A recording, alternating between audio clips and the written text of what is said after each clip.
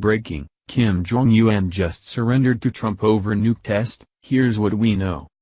North Korea has been threatening to nuke the heart of the U.S. They've threatened to strike at our mainland, and even our territories, such as Guam, but after President Trump said just these 3 words, he left Kim Jong-un terrified. The mini monster has been pushing the limit ever Trump got in office, because he's been used to the past 20 years of presidential pandering.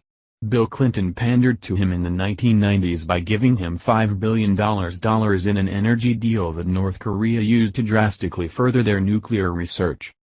The Bush administration did very little to prevent North Korean officials from building a nuclear weapon, and Obama, as usual, issued a bunch of hollow threats.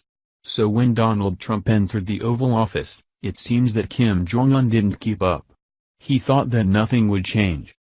Unfortunately for him, Trump has been ruling our foreign policy with an iron fist.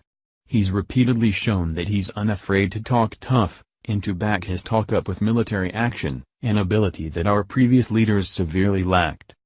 Now, after the past 6 months of threatening to launch an ICBM at the United States, Kim Jong-un has finally emerged from his little hiding hole to give the world a message. Breitbart reports. North Korea backed down Monday from the threat to fire missiles at the U.S. territory of Guam, according to a North Korean state media report cited by The Wall Street Journal. Dictator Kim Jong-un had decided against the missile attack, according to the report, after making preparations to launch it. North Korea's decision to back down is a major victory for the United States, as it was achieved, apparently, with no concessions to the regime, and after a sustained Twitter war of words with President Donald Trump.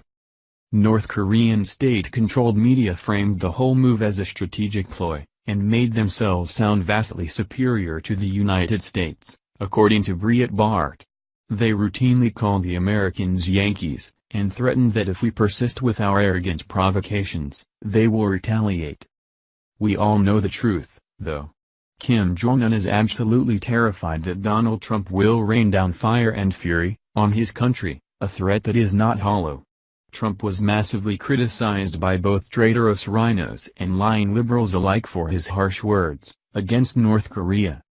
Trump was roundly criticized by politicians from both parties and by the media for his responses to North Korean intercontinental ballistic missile (ICBM) launches, and to news that the regime could miniaturize a nuclear warhead.